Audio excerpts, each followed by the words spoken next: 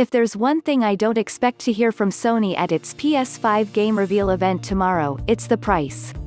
Sony and Microsoft MSF tear still engaged in a game of high-stakes chicken over the price of their next-gen consoles, and it's possible that neither has even arrived at a final figure. Sony has less wiggle room than Microsoft, but Microsoft also might have a second, cheaper console to consider.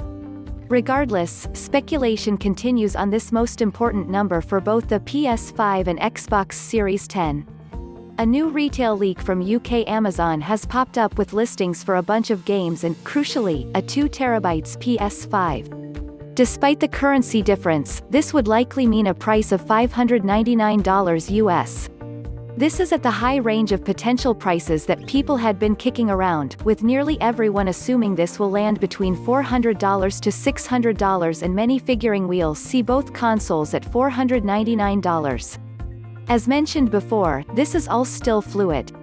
Xbox One lost last generation for many reasons, but coming in $100 more than PS4 was a big part of it.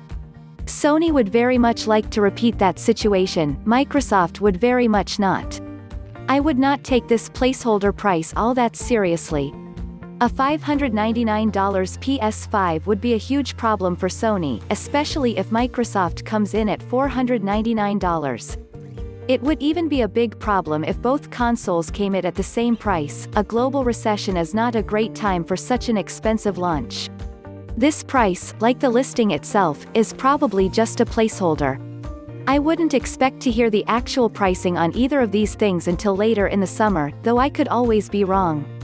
This PS5 event is all about games, and my stretch goal for reveals would be the form factor, because that's probably going to come out through a manufacturing leak at some point anyways. Other than that, I don't think we'll see price until the moment before pre-orders open, also known at the last possible second. Tune in tomorrow to see everything happening at the reveal event tomorrow, which should have some footage.